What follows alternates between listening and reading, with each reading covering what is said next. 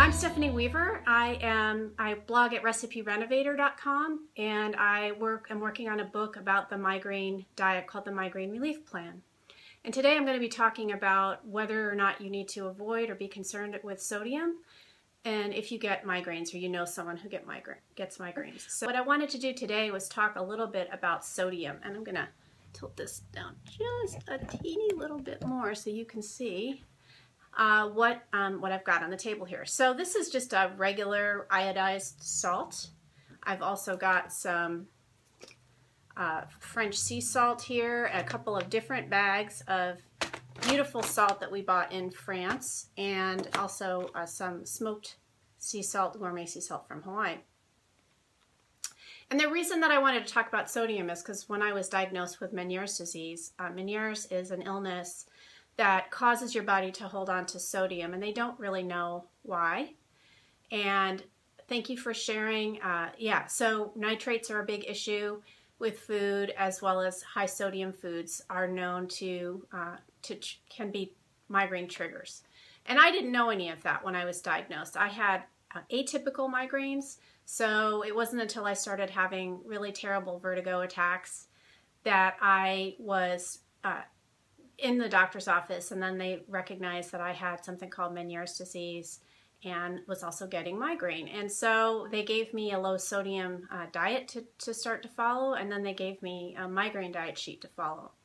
And that's a really difficult transition, and I was not eating much processed food at all, but I still found it difficult, especially because as a food blogger, I was cooking a lot with salt, really good quality salts like these. But I was also using fermented foods and things like Bragg's liquid aminos and miso that are fermented and also high in sodium. So what I wanted to talk about was, what do you do? How do you manage salt and sodium in your diet if you have Meniere's disease or migraine attacks? And the biggest issue is this kind of salt. So if you're going to eliminate salt, this is the one to eliminate. And the reason for that is that white table salt, which is the most common kind of salt at least in American food, is bleached. There's all of the other nutrients are stripped out of the salt, and they also use a type of sugar to keep the salt in its kind of free-flowing form. So you're not only getting salt, but you're getting sugar. And this type of salt, diets high in this type of salt, are now being implicated in autoimmune illness, which a lot of doctors believe migraine is a type of autoimmune illness. So iodine is a good question. There's a lot of foods that are high in iodine, and you don't have to rely on iodized salt. So seaweed is a really good source of iodine, but there's also other foods, and that's something to certainly look at. But this is the type of salt that I no longer use at all. I just kind of have it as a prop now. So what do I do instead? So what I've done is I basically don't use salt when I'm cooking at all. And then I add some on the table.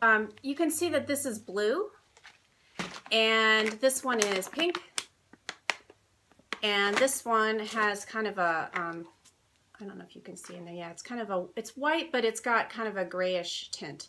So these are all natural sea salts, and they're actually found in nature like this. Not in a plastic bag, obviously, but like this. And so what that color means is that there's about 80 other nutrients and minerals and things in this salt. So you're not just getting sodium chloride like you are here. You're getting all these really nice extra minerals that your body needs because it's what's found in seawater. And that's really similar in composition to the liquids that are found in our body as well. So when you're going to add salt, this is the kind of sea salt or Himalayan pink salt with a good natural color is what you're looking for. And I want to thank you guys all for joining me live. I appreciate it. Please do start asking questions. The other thing I wanted to show you was, when you see sodium. Okay, so when you see something like this type of a gourmet sea salt, what I want you to do is read the label on the back, because this also contains smoke flavoring and sugar and some other ingredients that maybe aren't ones that you want to eat. And so that's something to keep in mind. I also ended up putting, for my own use, little Post-its on here so that I could remember how much sodium was in very small servings. So when I use a salt like this, if I do, or something like this, I'll use 1/8 of a teaspoon in a recipe. So that's a little bit of a tip, some tips about sodium and Meniere's. And if you have any questions, I'm happy to answer them now. But otherwise, I'm going to sign off. I'm Stephanie Weaver. You can follow me, SWeaverMPH, on Twitter and Periscope. You can visit my website, reciperenovator.com, or you can follow me on Facebook, which is Stephanie Weaver MPH.